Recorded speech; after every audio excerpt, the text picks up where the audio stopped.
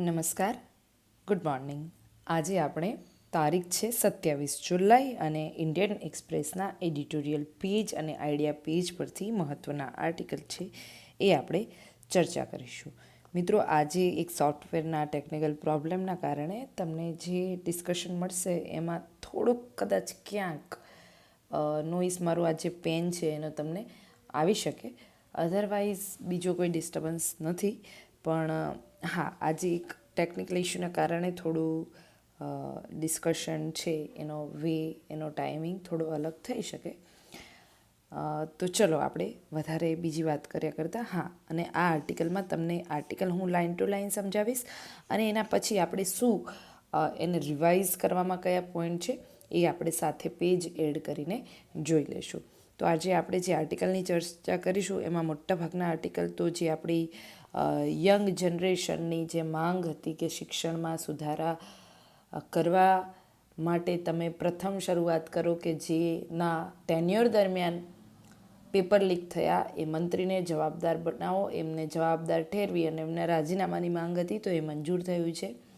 બધાને ક્યાંક એવો વિશ્વાસ ફરી બેઠો છે કે ડેમોક્રેસી જીવતી છે, લોકોની વાત સંભળાય છે અને લોકો જો ધારે તો અસરગ્રસ્ત કામ કરાવી શકે છે. પરંતુ આપણે આવા સજાગ અને મજબૂત લોકશાહીમાં વિશ્વાસ કરવાની જરૂર છે. હવે આપણે શરૂ કરીએ આપણો જે આર્ટિકલ છે એ. તો આર્ટિકલમાં પહેલો જે આર્ટિકલ છે કે કઈ રીતે છે તો આપણું આ અત્યારે રામલીલા મેદાનમાં young have been heard and larger reasoning must begin. હવે મોટા ભાગનું આવા ઇસ્યુ પર સાંભળવાની શરૂઆત સરકાર જાણે કરી રહી છે એવો યુગ ફરી આવી રહ્યો છે. આના પછી આર્ટિકલ અગેન અહીંયા એ જ છે કે કઈ રીતે કોક્રોચેસ એટલે યંગને ઉપનામ આપીને વાત થઈ રહી છે કે એમને એ દર્શાવી દીધું કે તે લોકો શું છે અને તે કેટલા સાહસી નાગરિકો છે, માત્ર સબ્જેક્ટ નથી, મતલબ કે માત્ર એક જનતા નથી પરંતુ એ ખરેખર નાગરિક છે. હવે એની આગળ બીજો આર્ટિકલ ઈશાન બક્ષીએ લખ્યો છે કે રૂપિયો એ સતત રાઇઝિંગ રૂપી, new Trump tariff track the new wind. એટલે હવે એક પાછો પવન બદલાઈ રહ્યો છે. તો આ પવન છે એ કઈ દિશામાં આગળ વધશે એના વિશે આ આર્ટિકલ છે, જોઈશું. કારણ કે આવા બધા ઇસ્યુ છે એ હવેથી પૂછાઈ રહ્યા છે. એના પછી આ આર્ટિકલ છે એ છે reading the street lesson from Jantar Mantar for the police. Police માટે શું જરૂરી છે જુઓ. હવે ઘણા બધા આર્ટિકલ છે જંતર મંતર પર થયેલા વિરોધના, પરંતુ આ આર્ટિકલ છે એ આપણે ચર્ચા કરીશું. એક્સ આઈપીએસે લખ્યો છે, કંઈક એડમિનિસ્ટ્રેશન માટે ઉપયોગી હોય એવું આ આર્ટિકલમાં હશે. ત્યાર પછી એક આર્ટિકલની ચર્ચા કરીશું. સાઉદી અને યુએસ વચ્ચે જે ડીલ થઈ છે એ ચેતવણી રજૂ કરે છે જે વિશ્વમાં નવો ઓર્ડર સ્થપાઈ રહ્યો છે એની. તો આપણે શરૂ કરીએ આ આર્ટિકલથી. આર્ટિકલની શરૂઆત અભિનવ કુમાર આઈપીએસ કરે છે કે the best of times polishing protest in democratic society is tricky business. લોકશાહી સમાજોમાં આંદોલનને સંભાળવાનું જે કામ પોલીસ માટે રહ્યું છે તે હંમેશા કેવું રહ્યું છે? ટ્રિકી રહ્યું છે, ખૂબ અઘરું રહ્યું છે. No amount of training, equipment, manpower can adequately prepare a police force to take on a crowd of young student protesters who are fired by the reckless and certainty of youthful idealism. એટલે યુવાનીના જોશમાં, યુવાનીના આદર્શથી ભરેલા વિદ્યાર્થીઓની ભીડનો સામનો કરવા તાલીમ, સાધનો કે પછી કોઈ પણ પોલીસ કર્મચારીઓ હોય તો પણ ગમે તે તમે આપો, પરંતુ આ બધું કંઈ એટલું પૂરતું પર્યાપ્ત સાબિત થતું નથી. આપણે બધાને ખબર છે. એમાં અગેન અહીંયા આખી બેકગ્રાઉન્ડમાં વાત કરે છે કે કઈ રીતે સીજીપીએ, કોકરોચ જનતા પાર્ટીએ જંતર મંતર પર થયેલા જે આંદોલનથી તમામ પોલીસ કર્મીઓને ઘણા બધા પાઠ શીખવ્યા છે. છેલ્લા એક અઠવાડિયામાં મધ્ય દિલ્હીમાં એવું ઘણું બધું સર્જાયું જેમાં જંતર મંતર પર યુવાનો પર છોડાયેલા ટીયર ગેસ હોય, સંસદ પાસે લાઠીચાર્જ હોય, બેરિકેડ હોય, સેંકડો લોકો ત્યાં ઘાયલ થઈ ગયા. આગામી વર્ષોમાં પોલીસને હવે કઈ રીતે તાલીમ આપવી, એના અભ્યાસ વિશે પણ હવે શું નવું ભણાવવું જોઈએ, આવું ઘણું બધું મધ્ય દિલ્હીમાં થયેલા આંદોલને શીખવ્યું. CJPની રાજનીતિ ગમે તે હોય, પરંતુ કાયદો અને વ્યવસ્થા જાળવનારાઓ માટે એમાંથી શીખવા જેવું શું હતું? કારણ કે આટલા મોટા પાયે જ્યારે ભીડ સંચાલન, ક્રાઉડ મેનેજમેન્ટ કરવાનું હોય, બરાબર, તો એનામાં કેટલું બધું કેરફુલી લો એન્ફોર્સમેન્ટ કરવું પડે. આ ક્રાઉડ મેનેજમેન્ટ ફેઇલ ન થાય એના માટે કેટલા બધા ઘણા બધા એના કારણો હોઈ શકે કે આ બધું નિષ્ફળ જઈ શકે. પરંતુ કાયદો અને વ્યવસ્થાની સફળતાપૂર્વક જાળવણી કરવી એના માટે ઘણી બધી નાની નાની ભૂલો જે આ વખતે થઈ છે એનામાંથી શીખવાની જરૂર છે પોલીસ ફોર્સે. આગળ કહે છે કે before I get the professional lesson, જે પ્રોફેશનલ લેસન ઉપર હું શું શીખ્યો અને શું શીખવું જોઈએ એની પર વાત કરતાં પહેલાં દિલ્હી પોલીસના એમના ઘણા બધા જે આ લેખક છે અભિનવ કુમાર IPS, એમના ઘણા બધા સહયોગી મિત્રો છે.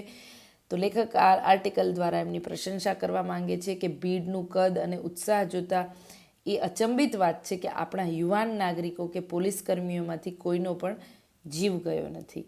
બરાબર, એટલે જાનહાનિ થઈ છે, ઇન્જર્ડ થયા છે લોકો, પરંતુ કોઈનો જીવ ગયો નથી.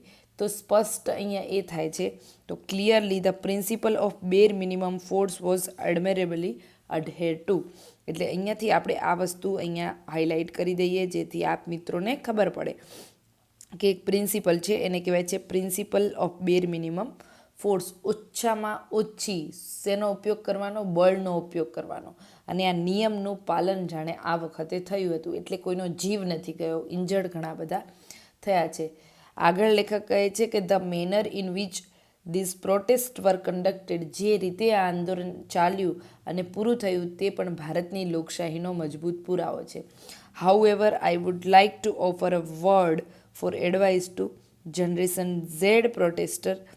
છતાં પણ હું આજના યુવાન દેખાવકારોને એક સલાહ આપવા માગું છું કે શું સરકાર કે વહીવટતંત્ર સામે ગુસ્સો કરતી વખતે અપશબ્દોનો ઓછો ઉપયોગ કરી શકાય નહીં? આ વસ્તુ આપણા બધા માટે ખૂબ જરૂરી છે કે જ્યારે આપણે વિરોધ કરીએ ત્યારે આપણો એંગર એસ્ટાબ્લિશ કરવા માટે, આપણા ગુસ્સાને ત્યાં મૂકવા માટે શું આપણે પ્રોફેનિટી એટલે અપશબ્દોનો ઓછો ઉપયોગ ન કરી શકીએ? ગાળ, ગલીચ શબ્દો જે ઉપયોગ ત્યાં થતા હોય છે, આ બધા ઓછા કરીએ તો શું ગુસ્સો વ્યક્ત ના થાય? બીજો કોઈ રસ્તો નથી ગુસ્સો વ્યક્ત કરવાનો? એવો લેખક તમને પ્રશ્ન પૂછે છે. આજની જનરેશન ઝેડને એક સલાહ આપે છે કે આ ઓછું કરવું જોઈએ.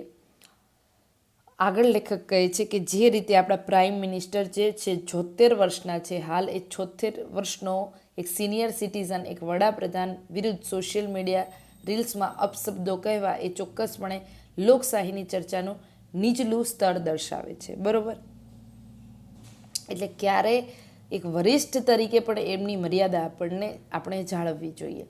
જો વિરોધ નમ્ર અને સંયમિત ભાષામાં વ્યક્ત કરવામાં આવે તો તેનાથી જે રાઇટ્સ છે, જે વિરોધનો અધિકાર છે, એ કંઈ ઓછો થઈ જતો નથી. The right to protest is not diminished when expressed in polite and temper language. તો અહીંયા આપણને કોણ યાદ આવે છે? ગાંધી. અને એનો કેવો? તો રચનાત્મક વિરોધનો જે પ્રિન્સિપલ છે એ વસ્તુ જ આ છે, ખબર? ઇનડાયરેક્ટલી આ જ કહેવા માંગે છે કે આપણે અપશબ્દો ઉપયોગ ન કરવા જોઈએ. હવે આગળ લેખક કહે છે કે moving on the matters of professional policing, વ્યવસાયિક જે પોલીસની કામગીરીની વાત કરીએ તો CJPનું આંદોલન કોઈ જાણીતી નેતાગીરીવાળી પરંપરાગત રાજકીય રેલી જેવું નહોતું કે આપણે જે પરંપરાગત રાજકીય નીતિઓ જોઈ છે એના જેવું આ આંદોલન નહોતું. It begin as a satire. બરાબર, એની શરૂઆત છે એ સટાયર તરીકે થઈ, એક કટાક્ષથી શરૂઆત થઈ હતી જેણે મીમ્સ અને વિદ્યાર્થીઓના નેટવર્કે ખૂબ ફેલાવી અને બાદમાં પ્રવક્તાઓ સાથે એક આખું સંગઠિત રૂપ આ કટાક્ષે લીધું. જુઓ, હવે અહીંયાથી આપણે એક પાઠ એ શીખી શકીએ કે કઈ રીતે કટાક્ષ છે, સટાયર છે, એ કેટલું પાવરફુલ છે. શું? તો સટાયર છે એ કેટલું પાવરફુલ વસ્તુ છે. આ વસ્તુ અહીંયાથી શીખવાની છે. બરાબર, ઘણું બધું પૂછાઈ શકે એક્ઝામમાં, એસેમાં તો આવા પોઈન્ટ્સ તમને યાદ હોય ને તો રાઇટ ટુ ફ્રીડમ ઓફ સ્પીચમાં તમે બહુ સરસ રીતે આને મેન્શન કરી શકો છો. ઓકે, હવે આપણે આગળ જઈએ કે એક શરૂઆત કટાક્ષથી થઈ, પછી સંગઠન બન્યું, સ્થાપિત પક્ષો જે હતા આની અંદર યુનિયનો ઉપર નજર રાખવા માટે એક શું બન્યું, તો પોલીસની એક ઇન્ટેલિજન્સ પણ આમાં બિલ્ડ થઈ, પોલીસનું ગુપ્તચર નેટવર્ક પણ તૈયાર થયું. અને આ જે ઇન્ટેલિજન્સ તૈયાર થયું એ પણ આ વખતે જે આ આખું આંદોલન શરૂ થયું એની સામે કેવું સાબિત થયું, તો એની સામે અસમર્થ સાબિત થયું છે. પુઅરલી suited to movement that decentralized in its early phase and only partially so by the time reaches the street. એટલે જુઓ, આ યુદ્ધ શું પણ આ આંદોલન સામે પોલીસનું જે ગુપ્તચર નેટવર્ક હતું એ અસમર્થ સાબિત થયું. બીજું કે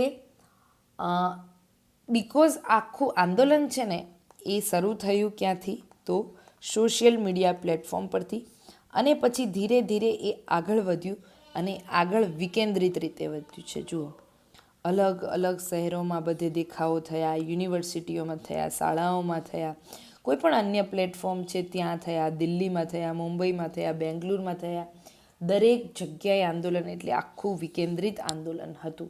અને એના પાછળ ફોર્સફુલ વસ્તુ શું કામ કરતી હતી, તો સોશિયલ મીડિયા, એટલે પ્રેશર ક્રિએટ થયું. બરાબર, હવે આનામાંથી જે શીખવાનું છે એ છે ફર્સ્ટ લેશન. લેખક એવું કહે છે એ છે ગુપ્તચર વિભાગો જે ઇન્ટેલિજન્સ નેટવર્ક છે એની પાસે આ સંગઠનો છે એની યાદીઓ માત્ર જ ન હોવી જોઈએ, પરંતુ એની પાછળ સંગઠન પાછળ લોકોની ભાવના, સોશિયલ મીડિયામાં ઓનલાઈન એક્ટિવિટીઝ કેવી થઈ રહી છે આની પર નજર રાખવી પડશે. ઓનલાઈન મોબિલાઇઝેશન અને સેન્ટિમેન્ટ લોકોના શું ચાલી રહ્યા છે આની પર નજર રાખવી જોઈએ, એક વસ્તુ.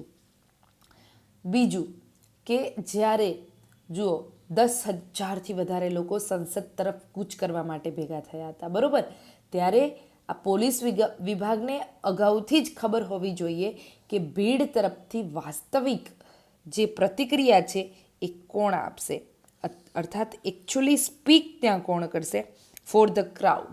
આ બધું છે એ એડવાન્સમાં કોને ખબર હોવી જોઈએ, પોલીસ મેનેજમેન્ટને ખબર હોવી જોઈએ. એટલે કયા વ્યક્તિને, કયા પોર્શનને એમને ડીલ કરવાનો છે સેન્સિબિલિટી સાથે એ એમને આઈડિયા હોય.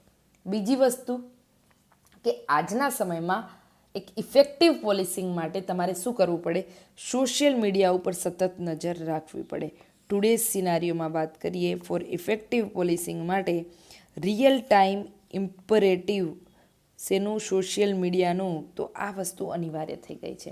હવે આ વસ્તુ યાદ જ રાખવાની, બરાબર.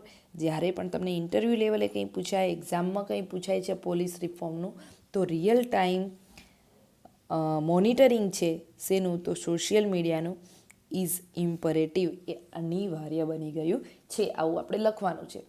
હવે ઓલ પોલીસ ફોર્સ, બરાબર, દેશભરના તમામ પોલીસ દળોને તેમનો જે ગુપ્તચર વિભાગ છે, તેમનો ઇન્ટેલિજન્સ ડિપાર્ટમેન્ટ છે અને કંટ્રોલ રૂમ છે, એને અત્યાધુનિક સોશિયલ મીડિયા મોનિટરિંગ સેન્ટર ત્યાં સ્થાપવા માટે શું કરવું જોઈએ, ત્યાં ઇન્વેસ્ટ કરવું જોઈએ સરકારે.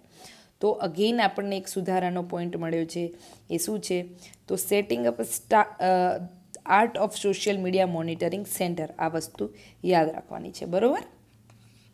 ત્યાર પછી આગળ શું કહેવામાં આવ્યું છે, તો timely analysis of social media activity can provide early warning of buildup of large demonstration and provide valuable time to prepare for and prevent any violent કન્ફન્ટ્રેશન.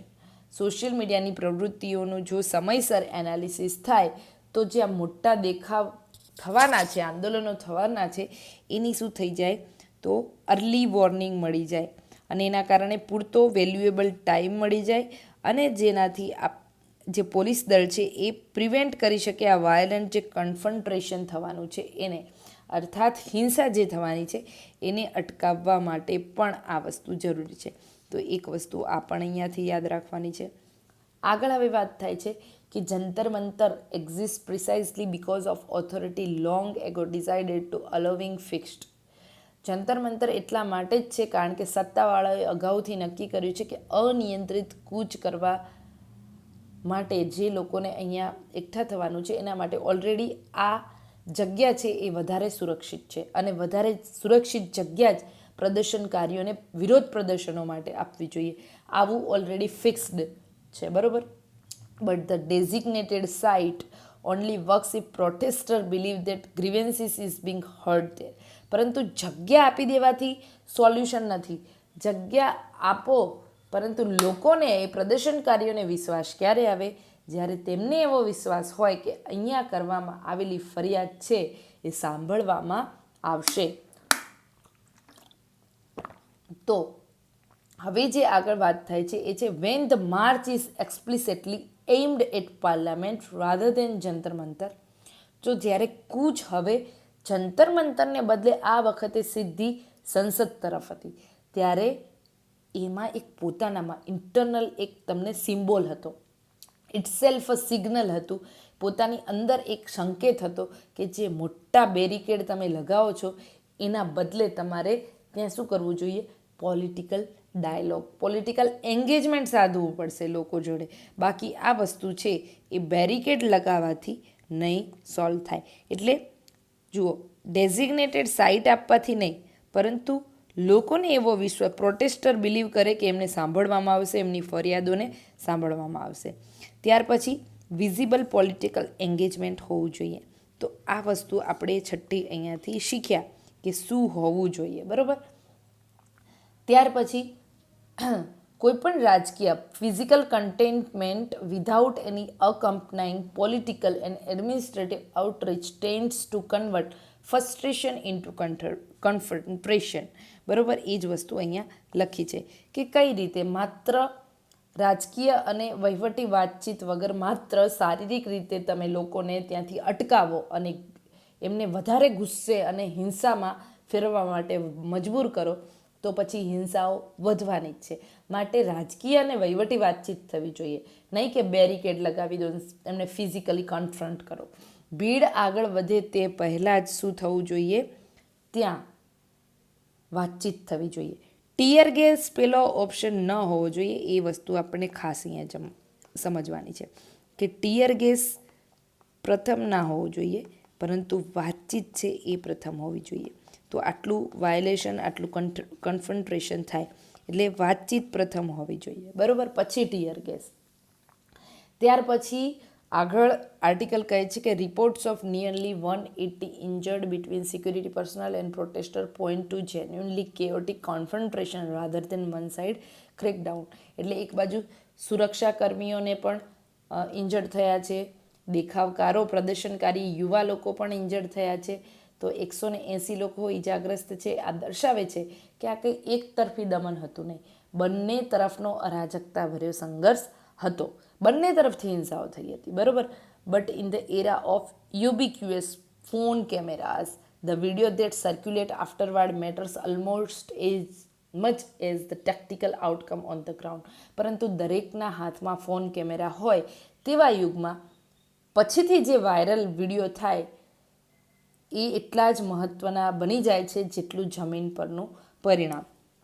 તો જુઓ, મીડિયા કેમેરા શું વાયરલ કરશે એ જરૂરી નથી, પરંતુ જે એક વખત વાયરલ થઈ જાય છે પછી એ એટલી જ હકીકત બની જાય છે જેટલી જમીની સ્તર પર કોઈ બીજી હકીકત જાણે ઘટી હોય.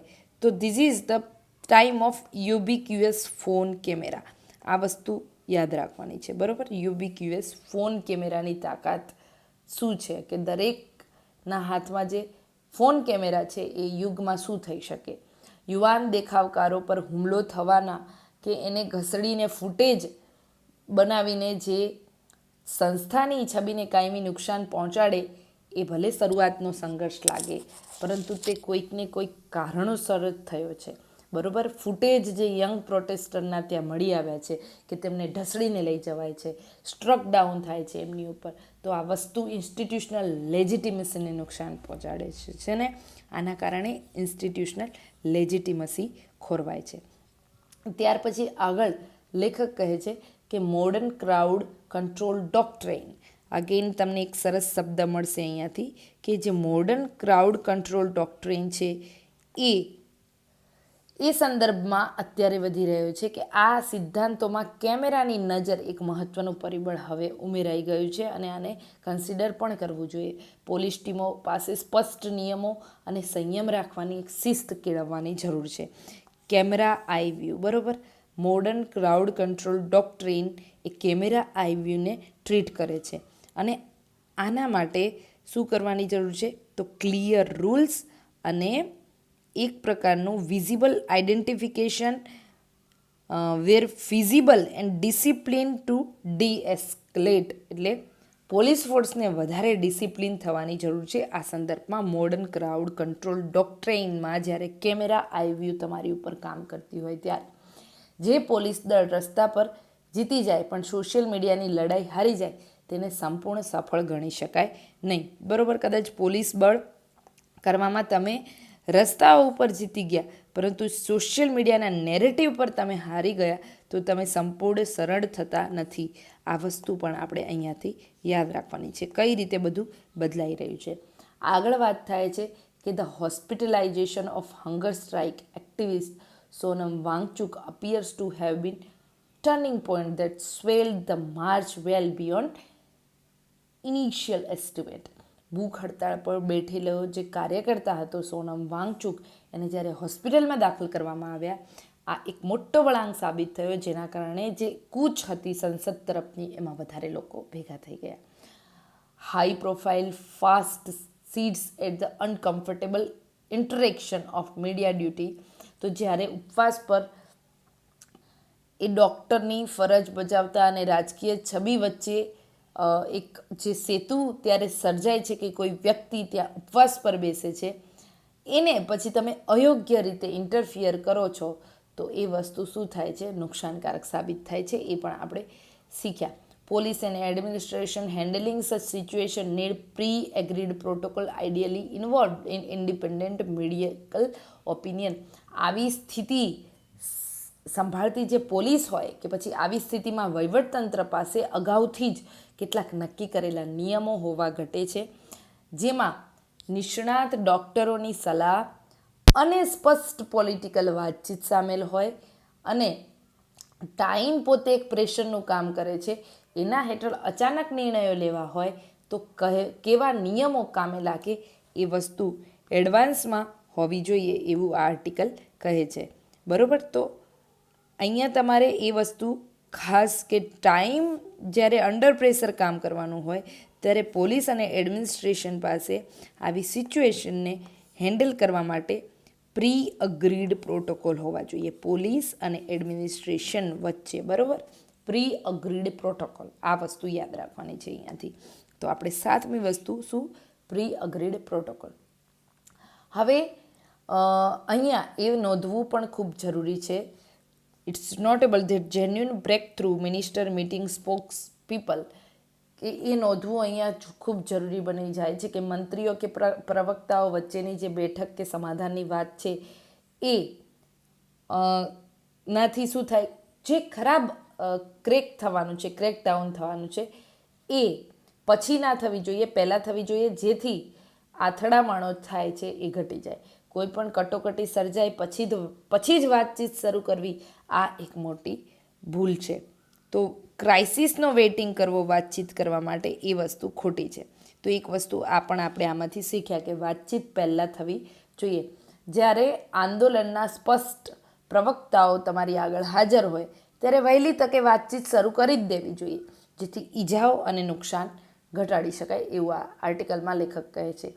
આ માત્ર પોલિસિંગનો જ પડકાર નથી પરંતુ એક શેનો પડકાર છે સંકલનનો પણ પડકાર છે કે રાજકીય નેતૃત્વમાં પણ સમયસર પગલાં આની માટે લેવા જોઈએ, બરાબર. એટલે પોલિટિકલ લીડરશિપ સાથે સાથે પોલીસ આ બધાને ઇમિડિયેટ ફિઝિકલ રેપ્યુટેશનલ કોસ્ટ છે એ એની ન બગડે એના માટે એક સંકલિત અભિગમ કોર્ડિનેશનની જે ચેલેન્જ છે એ ઘટાડવાની છે. આના માટે શું કામ લાગે અગેન અહીંયા વાત કરીએ પ્રી અગ્રીડ પ્રોટોકોલ, બરાબર. આ એ ન હોવાના કારણે આ બધું થઈ શક્યું.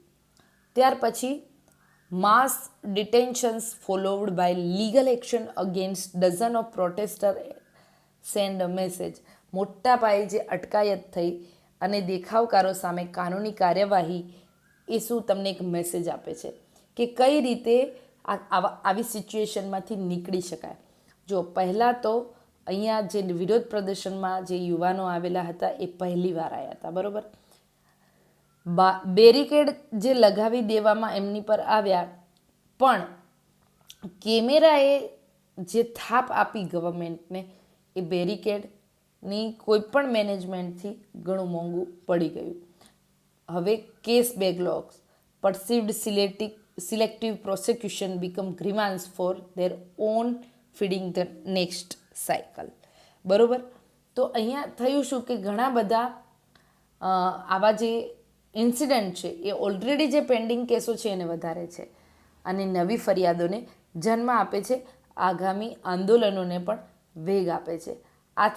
આમાંથી કોઈ પણ બાબત અનિશ્ચિત નેતૃત્વ, અહીંયા તમે જુઓ તો genuine difficulty of policing is a fast moving socially mediated protest movement with unclear leadership and enormous crowd size. Crowd બહુ જ મોટું હતું અને તમને એવું લાગે કે અહીંયા દીપકે છે એ નેતૃત્વમાં હતા કે આશુતોષ નેતૃત્વમાં હતા, પણ ખરેખર જોવા જાઓ ને તો લોકો પોતે જ પોતાના નેતા હતા. એ સાંભળતા નહોતા ખરેખર કોઈને. એટલે નેતૃત્વ હતું પરંતુ અનિશ્ચિત નેતૃત્વ હતું, અનસર્ટેઇન શું હતું તો આ આખું લીડરશિપ અનસર્ટેઇન હતી અહીંયા.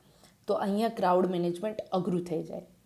But the through line across most large scale crowd failure જે અહીંયા તમને જોવા મળ્યું તો એ શું હતું તો ભારતમાં જે આ ભીડ નિયંત્રણની નિષ્ફળતા પાછળનું મુખ્ય કારણ એક જ હોય છે કે ખોટા પ્રકારના આંદોલન માટે એક પ્રકારની ઇન્ટેલિજન્સ ઇન્ફોર્મેશનમાં વાતચીત મોડેથી શરૂ થાય છે. સોશિયલ મીડિયા ઉપર વિડીયો વાયરલ થવાની રાહ જોવામાં આવે છે, પરંતુ આની અસરોને તમે ધ્યાનમાં લીધા વગર કંઈક શરૂ કરો એડવાન્સમાં એ ખૂબ જરૂરી છે. વાતચીત થવી જરૂરી છે. આ ધોઝ આર ફ્લેક્સિબલ પ્રોબ્લેમ્સ, બરોબર. Those are flexible problems and they are the ones worth fixing before the next confrontation at Jantar Mantar. તો આ બધી જ બાબતો સુધારી શકાય એવી સમસ્યાઓ છે અને જંતર મંતર ઉપર આગામી સંઘર્ષ થાય તે પહેલાં તેને સુધારી લેવી જોઈએ એવું કંઈ લેખક કહે છે. હવે આજે આર્ટિકલ આપણે ડિસ્કસ કર્યો, આના પછી આપણે જે ફરી બીજો આર્ટિકલ જે ડિસ્કસ કરીશું એ કદાચ તમને આ સાથે ન મળે, બિકોઝ આજે મારી પાસે જે સોફ્ટવેર છે એમાં કંઈક ટેકનિકલ ગ્લિચીસના કારણે અત્યારે કામ નથી કરી રહ્યું. તો હું તમને અહીંયા જે આર્ટિકલ આપણે ડિસ્કસ કર્યો એ અત્યારે સમજાવી દઉં રિવિઝન માટે અને એના પછી આપણે નેક્સ્ટ આર્ટિકલ લઈએ. તો જુઓ, આમાં આપણે 6 થી 7 પોઈન્ટ શીખ્યા, બરાબર. વાત શેની હતી તો જે આંદોલન થયું અને આંદોલન પછી જે પોલીસે શું પાઠ શીખવાના છે, એડમિનિસ્ટ્રેશને શું પાઠ શીખવાના છે, તો પોલીસ લેસનની આખી વાત હતી. હવે આમાં આપણે શું એઝ અ એક્ઝામના દ્રષ્ટિએ અથવા તો એક કોન્સેપ્ટ, એક સમજ ક્લિયર કરવા માટે કે આ શું થઈ રહ્યું છે એના માટે શું યાદ રાખવું જોઈએ. તો આપણે જોઈએ એક વસ્તુ કે ડેમોક્રેસી છે ને આપણી અહીંયા લોકશાહી છે, બરાબર. આ લોકશાહીમાં દેખાવ પ્રદર્શન જે થાય વિરોધના, તો આ વસ્તુને મેનેજ કરવી સરળ નથી, બરાબર. એક વસ્તુ સિમ્પલ અહીંયાથી શરૂઆત થઈ હતી, બરાબર. અને જ્યારે યુવાનો આ વખતે જે રીતે એમના આદર્શ, એજ્યુકેશનના આદર્શ સાથે આગળ વધ્યા હતા, ત્યારે પોલીસને અત્યાર સુધી જે પણ ટ્રેનિંગ આપવામાં આવી હતી, એમની પાસે જે પણ ટ્રેનિંગ હોય કે ઇક્વિપમેન્ટ એમની પાસે હતા, આ બધું કંઈ પૂરતું સાબિત થયું નહીં. જંતર મંતર ઉપર જે પણ વિરોધ પ્રદર્શન થયા એ મધ્ય દિલ્હીમાંથી પોલીસને શેના પાઠ શીખવે છે? Crowd management. ઓકે, આમાં આપણને ઘણું બધું શીખવા મળે એવું છે. હવે જુઓ, બેકગ્રાઉન્ડમાં આપણે સાથે એ પણ યાદ રાખવાનું છે કે આ વિરોધ પ્રદર્શનનો અધિકાર ક્યાંથી મળે છે. તો આ વિરોધ પ્રદર્શનનો આર્ટિકલ આપણો જે 19(1)B જે છે એ આપણને શું કહે છે કે શાંતિપૂર્ણ રીતે એકઠા થવાનો શું છે, અધિકાર છે. પરંતુ અહીંયા તમારે નિશસ્ત્ર શબ્દ યાદ રાખવાનો, નિશસ્ત્ર રીતે આપણે એકત્રિત થવાનું છે. હવે 19(1)B છે એ શાંતિપૂર્ણ રીતે બેસીને આંદોલન કરી શકો, તમે ઊભા થઈને બી કરી શકો, પણ ફોર બી એટલા માટે મેં એક ટ્રીક વાપરી છે કે ભાઈ જો બી પરથી તમારે યાદ રાખવું છે કે 19(1)B એ શેનો છે, તો આંદોલન. બી છે એ તમારે બ્રેવરી, અને જે માણસ બ્રેવ હોય એ લોકો શાંતિથી આંદોલન કરી શકે, બરાબર, શાંતિથી આંદોલન કરી શકે. અને શાંતિ માટે શું જરૂરી છે, તો નિશસ્ત્ર તમે પહેલાં હોવા જોઈએ. જેની પાસે શસ્ત્ર છે એ ડરપોક હોય. બ્રેવ લોકો જ અહિંસક રીતે આંદોલન કરી શકે. બી ફોર બ્રેવ. 19(B) અને બીથી ક્યાં જવાનું છે, બ્રેવ બનીને આંદોલન કરવા. ત્યાર પછી 19(1)A, બરાબર. તો આર્ટિકલ 19 સબક્લોઝ 1 સબક્લોઝ એ આપણને શું આપે છે, તો આઝાદી. એ ફોર આઝાદી. શેની? વાણી અને અભિવ્યક્તિની સ્વતંત્રતા. વાણી અને અભિવ્યક્તિની સ્વતંત્રતા. આ વસ્તુ યાદ રાખવાનું છે કે બેકગ્રાઉન્ડમાં આપણે આપણા બંધારણના જે આર્ટિકલ છે એ પણ કહે છે. હવે જુઓ, જે આપણે તમે શબ્દ સાંભળ્યો હોય તો રિઝનેબલ રેસ્ટ્રિક્શન, યાની કેટલાક વ્યાજબી પ્રતિબંધો છે એ પણ આપવામાં આવ્યા છે કે આ તમને જે છૂટ મળી છે એના પર કેટલાક યોગ્ય નિયંત્રણો મૂકવામાં આવ્યા છે. હવે અહીંયા એક નિયંત્રણ છે પબ્લિક ઓર્ડર. આ પબ્લિક ઓર્ડર ન ખોરવાવો જોઈએ, બરાબર. તો રાજ્યની જવાબદારી છે શું, તો પબ્લિક ઓર્ડર જાળવવાની.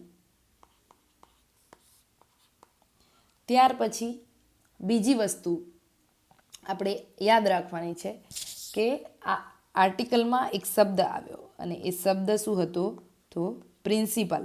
યાદ કરો શું હતો, principle of bare minimum force. Bare minimum force. આ વસ્તુ યાદ રાખવાની છે કે ઓછામાં ઓછા બળનો ઉપયોગ કરી આ ક્યારે થાય, જ્યારે સચોટ રીતે નિયમોનું પાલન થાય. અને આ નિયમો માટે એક આર્ટિકલમાં ક્યાંક આગળ વાત આવી હતી, એ હતું કે પોલીસ અને એડમિનિસ્ટ્રેશન વચ્ચે શું હોવું જોઈએ, પ્રી અગ્રીડ પ્રોટોકોલ નક્કી થયેલા હોવા જોઈએ. આ વસ્તુ યાદ રાખવાની છે. ઓકે, હવે જુઓ, આની માટે તમારે આપણા બેકગ્રાઉન્ડ એક નોલેજને યુઝ કરવાનું છે એક્ઝામમાં લખતી વખત છે. એ છે પોલીસ માટે હંમેશા શું હોય, એક માર્ગદર્શિકા હોય. આ નિયમો ક્યાં મળે તમને, એની માર્ગદર્શિકા એસઓપીમાં મળી શકે. હવે કોઈ પણ ભીડ પર તમારે એને નિયંત્રિત કરવાની છે ત્યારે NHRCએ પણ કંઈક કીધું હશે, બિકોઝ આ ભીડ કોની હોય છે, માનવોની. તો માનવ અધિકાર માટે NHRCના પણ દિશા નિર્દેશો હશે. તો આને પણ આપણે અહીંયા પાલન કરવાનું. ત્યાર પછી હવે આપણે ત્રીજો પોઈન્ટ આમાં આ આર્ટિકલમાંથી આપણે as a exam point of વ્યૂથી શું શીખવાનો છે, તો લોકશાહી કેટલી મજબૂત છે. લોકશાહી કેટલી મજબૂત છે. હવે આમાં જનરેશન ઝેડે અહીંયા શું શીખવાનું છે, તો અપશબ્દો દ્વારા વિરોધ ટાળવો.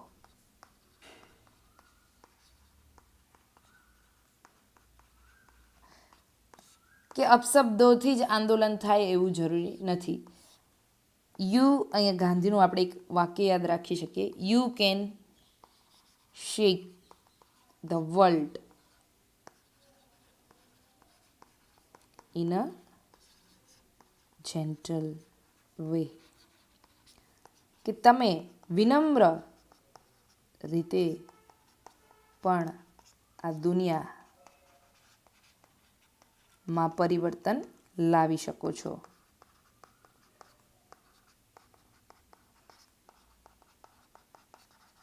જો આ હું તમને મારું પોતાનો એક પોઈન્ટ ઓફ વ્યૂ અહીંયા ક્રિએટ કરીને આપું છું, બરાબર. આવું તમે તમારી જાતે પણ વિચારી શકો.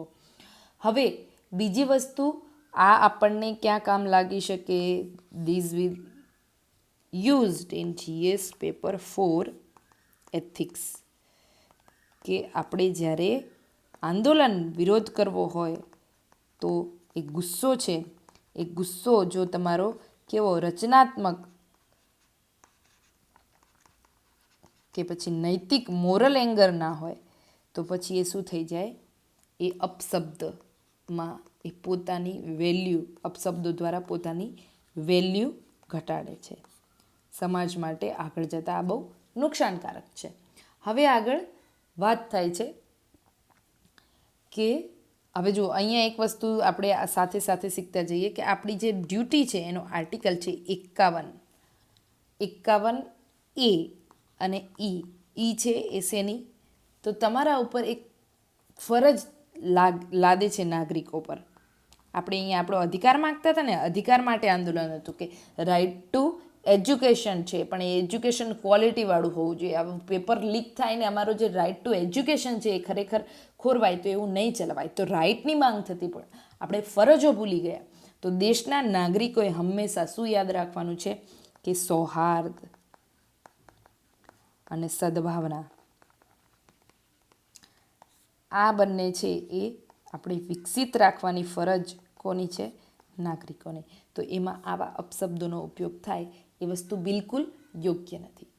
હવે આગળ અગેઇન એક ચોથી વસ્તુ આપણે આની સાથે શીખવાની છે, એ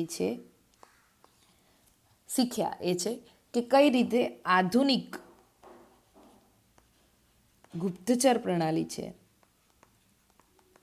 અથવા તો ઇન્ટેલિજન્સ જ લખવું, બરાબર, ગુપ્તચર ન લખવું. પરંતુ આ તો કેવું, કોઈને ખબર ના પડે તો ઇન્ટેલિજન્સ જે નેટવર્ક છે એમાં હવે સોશિયલ મીડિયા મોનિટરિંગ છે એ કેટલું બધું મહત્ત્વનું બની ગયું. એ વસ્તુ આપણે અહીંયાથી એક પોઈન્ટ આ શીખ્યા. તો મીમ્સ, સોશિયલ મીડિયા, આ બધું મજાકનો વિષય હવે માત્ર નથી રહ્યું, પરંતુ એ પોલીસ એડમિનિસ્ટ્રેશનનો એક મહત્ત્વના મોનિટરિંગનો એક પાર્ટ બની ગયો. એટલે જે પણ સોશિયલ મીડિયા ઇન્ટેલિજન્સ નેટવર્ક જે છે એમની પાસે માત્ર સંગઠનોનું લિસ્ટ ન હોવું જોઈએ, પરંતુ સોશિયલ મીડિયા પર શું ચાલી રહ્યું છે, એનાથી અગાઉ હવે શું થઈ શકે એવી સંભાવના છે, આ બધાનું મોનિટરિંગ સતત કરતા રહેવું જોઈએ. આ વસ્તુ આ વખતના આંદોલને આપણને શીખવી. હવે જુઓ, આની અન્વય આપણે બધા જાણીએ છીએ એમ હું મારું આ બેકગ્રાઉન્ડમાં જે નોલેજ ચાલી રહ્યું છે એ હવે તમારી જોડે કહું. આપણે પોલીસ રિફોર્મમાં 2 સમિતિ છે. કઈ? કોઈને યાદ હોય તો સાથે યાદ કરતા જજો. એક છે રાયબરો કમિટી. આવું બધું પેલામાં નથી, બરાબર, આર્ટિકલમાં ક્યાંય નથી, આપણે આખો જોયો. પરંતુ આ સાથે સાથે જ્યારે આનું એનાલિસિસ પ્રોપર કરીએ, એને આપણે સમજીએ કે કઈ રીતે આપણા એક્ઝામમાં એને કનેક્ટ કરવાનું, એ વસ્તુ હું શીખવાડું છું. અને મેલીમથ કમિટી, કદાચ આજે આ આર્ટિકલ હું તમને શાંતિથી સમજાવું છું, વાર લાગી જશે અને સોફ્ટવેરમાં પ્રોબ્લેમ હોવાના કારણે કદાચ એક જ આર્ટિકલ મુકાય, પણ સાંજે જો બધું સેટ થઈ જાય તો બાકીના જે આર્ટિકલ છે, જેમ કે રૂપિયો ઘટી રહ્યો છે, એ પણ હું આટલા ડિટેલમાં કરીને એક તમને આપી દઈશ. એટલે તમારે અલગથી કંઈ વાંચવાની જરૂર નથી, પણ જોડાયેલા રહેજો આ પ્લેટફોર્મ સાથે. અહીંયા જે પ્રયાસ થઈ રહ્યો છે એને તમારા મિત્રો સુધી પહોંચાડજો. વાત હતી મેલીમથ કમિટીની, બરાબર. તો આ બંને કમિટીએ શું કહ્યું હતું કે પોલીસ તંત્રને શું કરવાનું છે? તો ટેકનોલોજીથી સજ્જ કરવાનું છે. આ વસ્તુ આ કમિટી એટલે જો આ જ કમિટીની ભલામણ આ વખતના આંદોલને વધારે ઉજાગર કરી દીધી. બીજી વસ્તુ આપણે આ આર્ટિકલમાં વાત થઈ એ છે પોલિટિકલ ડાયલોગની.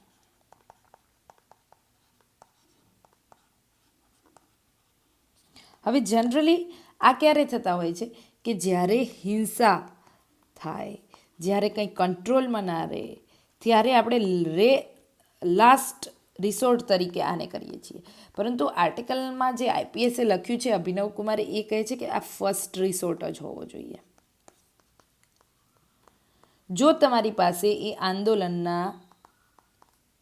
આંદોલનના નેતાઓ છે, તમને ખબર છે કે અહીંયા કોઈ પર્ટિક્યુલર સ્પોક્સ પર્સન છે, તો એની સાથે તમે પહેલાં વાતચીત કરી લો. એટલે આ જે ક્રાઉડ છે એ ભેગું જ નહીં થાય. એમને ખબર પડી જશે કે સરકાર છે એ આ દિશામાં જોડાયેલી છે, પોલિટિકલ એન્ગેજમેન્ટ છે, એટલે કંઈક ને કંઈક તો પરિણામ આવશે જ. તો આપણે પણ શું કરીએ છીએ, પહેલાં ટીયર ગેસ, વોટર કેનન, પેલું પેલેટ, બરાબર, પેલેટ ગન, આ બધાનો પહેલાં ઉપયોગ કરીશું અને છેલ્લે વાતચીત પર જશે ગવર્મેન્ટ. એટલે લેખક એમ કહે છે તમે પહેલાં જ વાતચીત કરો તો આ પ્રશ્ન જ ના થાય.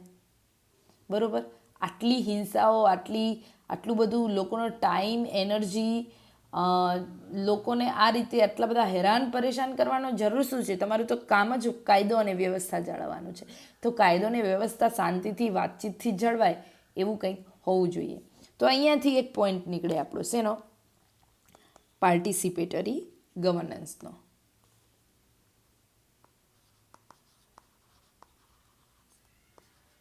ઓકે, જુઓ, આની માટે શું કરવું પડે? સરકાર હંમેશા લોકો સાથે જોડાઈ અને શાસન કરશે. આની માટે સંવાદિતા સાધશે, સંવાદથી જ આગળ વધશે. જેથી શું થાય? આવી કટોકટી જ ન સર્જાય. કટોકટી ટાળવા માટે આ પ્રિન્સિપલ આપણે મૂકવાનો છે. આના પછી આપણે એક વસ્તુ આર્ટિકલમાંથી શીખ્યા, એ છે કે કઈ રીતે આ સ્માર્ટફોન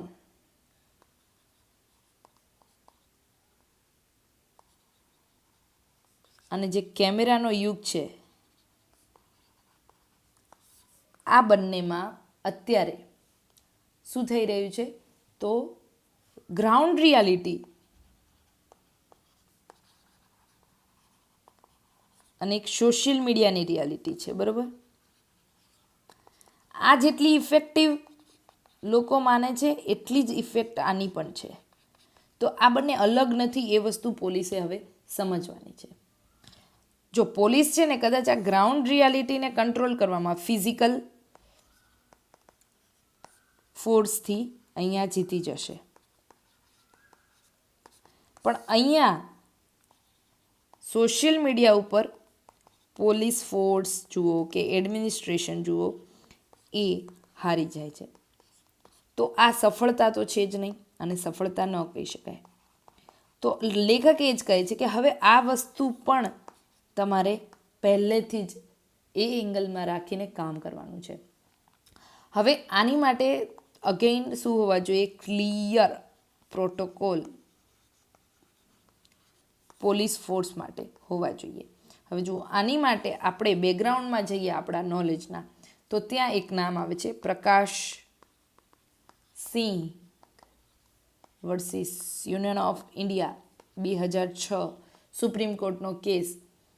આની અંદર એમને કહ્યું હતું કે પોલીસ સુધારાઓ કરવાની જરૂર છે અને સુપ્રીમ કોર્ટે પોલીસ તંત્રને રાજકીય દબાણથી મુક્ત કરી અને એને વધારે પ્રોફેશનલ બનાવવા માટે એક એસઓપી આપી છે, જે ટેકનોલોજી અને પારદર્શિકતા એનો એક ભાગ છે. બરાબર, એટલે પોલીસ છે ને પોલિટિકલ પ્રેશરમાં કામ ન કરવી જોઈએ. એ વસ્તુ આ કેસની અંદર બહાર આવ્યું. બીજું, ટેકનોલોજી બરાબર પ્લસ ટ્રાન્સપરન્સી, આ બંને વસ્તુ આ કેસમાંથી બહાર આવેલી. ત્યાર પછી અહીંયા આપણે એક વસ્તુ એ પણ પોઈન્ટ શીખ્યા એ છે કે જબરદસ્તી કરવી કોણ કે જ્યારે એક હાઈ પ્રોફાઇલ વ્યક્તિ ઉપવાસ કરી રહી છે, તો આનાથી સ્થિતિ શું થઈ હતી? વધારે વણસી. તો જે ક્રાઇસિસ મેનેજમેન્ટની વાત છે, તો આ ક્રાઇસિસ મેનેજમેન્ટમાં અચાનક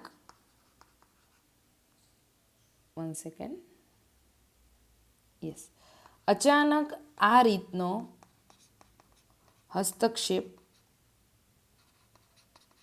ન હોવો જોઈએ. ઓકે, આની માટે એક ક્લિયર કટ એસઓપી હોવી જોઈએ. ત્યાર પછી આપણે આમાં મેઇન વસ્તુ કે પીપલ સેન્ટ્રિક પોલિસિંગ અને જસ્ટિસ ડિલિવરી સિસ્ટમ હોવી જોઈએ. ભીડ નિયંત્રણમાં જો સરકાર નિષ્ફળ જાય છે તો એના માટે એમને આ જે ખામીઓ છે એ ખાસ સુધારવાની જરૂર છે. તો અલ્ટિમેટલી આપણે આ આખા આર્ટિકલને આપણા એક્ઝામ પોઈન્ટ ઓફ વ્યૂથી આ રીતે શીખવાની જરૂર હતી. બરાબર, કે કઈ રીતે આ ક્રાઉડ મેનેજમેન્ટ છે એ અને આપણા રાઇટ્સ છે એ ક્યાંથી નીકળે છે, ક્યાંથી આ આંદોલનની શરૂઆત થાય છે, પછી પોલીસ ફોર્સે શું પ્રિન્સિપલ અપનાવવાની જરૂર છે, જેનજીએ શું શીખવાની જરૂર છે, એક નાગરિક તરીકે આપણા શું અધિકાર છે, ફરજો છે, ગુપ્ત ઇન્ટેલિજન્સ નેટવર્કમાં શું સુધારા કરવાની જરૂર છે, પોલિટિકલ ડાયલોગ કયા સ્તરે મહત્ત્વના છે, કેમેરાનો એંગલ અને સોશિયલ મીડિયાની ભૂમિકા શું છે, એના માટે શું જરૂરી છે અત્યારે એડમિનિસ્ટ્રેશનમાં સુધારો કરવો, અને અહસ્તક્ષેપ પોલિટિકલ તરફથી અને પોલીસ તરફથી કઈ રીતનો હોવો જોઈએ. તો આ બધું જ આપણે આર્ટિકલમાં શીખ્યા. આ આર્ટિકલ વિશે ગવર્નન્સમાં આ વખતે ક્વેશ્ચન મને લાગે છે કે ચોક્કસ આવી શકે, ક્યાંક ને ક્યાંક કેસ સ્ટડીઝ, ક્યાંક ને ક્યાંક ગવર્નન્સમાં, જીપીએસસી મેઇન્સમાં. તો મિત્રો તમારે આ રીતે એને સમજીને ત્યાં આન્સર કરવાનો છે. આશા છે કે તમને આ આર્ટિકલ અત્યારે આપણે લગભગ જે ડિસ્કસ કરી રહ્યા છીએ એનો ઓલરેડી ટાઈમ થઈ ગયો છે. હવે બીજા આર્ટિકલ છે એ મારે નેક્સ્ટ કટમાં તમને સમજાવવા પડશે, કારણ કે આજે સોફ્ટવેરમાં થોડી ખામી આવી ગઈ છે. તો સોરી ફોર દેટ ઇન્ટરપ્શન, પણ આપણે ચોક્કસ આ બધા આર્ટિકલ છે એ કવર કરી લઈશું. એ બાબતે તમે નિશ્ચિંત રહેજો. Thank you so much.